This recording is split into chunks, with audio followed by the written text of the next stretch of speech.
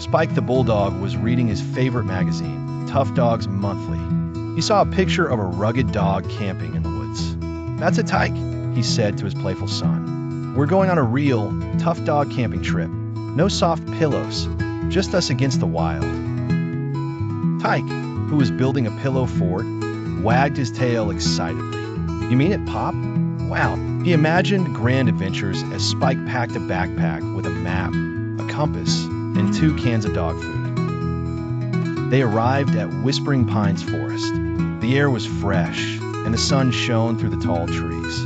"All right, Tyke, first rule of camping. Find the perfect spot," said Spike, trying to sound like an expert. He marched confidently, following his map, but he was holding it upside down. Tyke, meanwhile, was fascinated by everything: the buzzing bees, the flickering butterflies, and the funny-shaped rocks.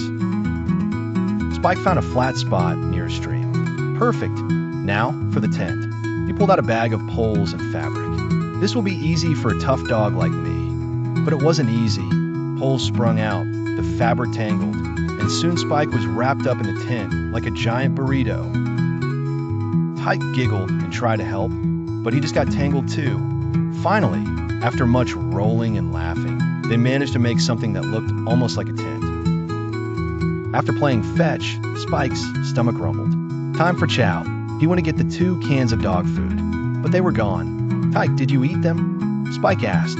Tyke shook his head. Then they heard a rustling sound. A sneaky raccoon was rolling their cans away into the bushes. "Hey, come back with our dinner," barked Spike. Spike and Tyke chased the raccoon, but it was too quick and clever. It disappeared into the shadows. They were left with empty paws and hungry bellies. Spike's tough dog spirit was fading. "Well, champ, I guess we learned to live off the land," he said, trying to sound brave. Tyke's little stomach growled loudly. Tyke looked around. He saw some bushes with bright red berries, but Spike quickly stopped him. "No, Tyke, some berries are poisonous.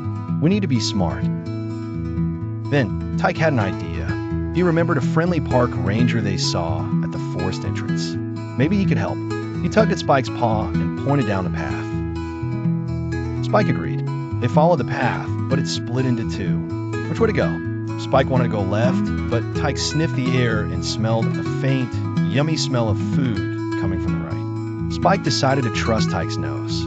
It led them straight to the park ranger's cabin. Ranger Dan was a kind man who loved animals. He saw the 2 hungry-looking dogs and laughed. "Lost your dinner to the bandit raccoon, did you? Happens all the time." He gave them a big bowl of delicious kibble. Spike was a little embarrassed, but very grateful. Tyke wagged his tail so hard his whole body wiggled.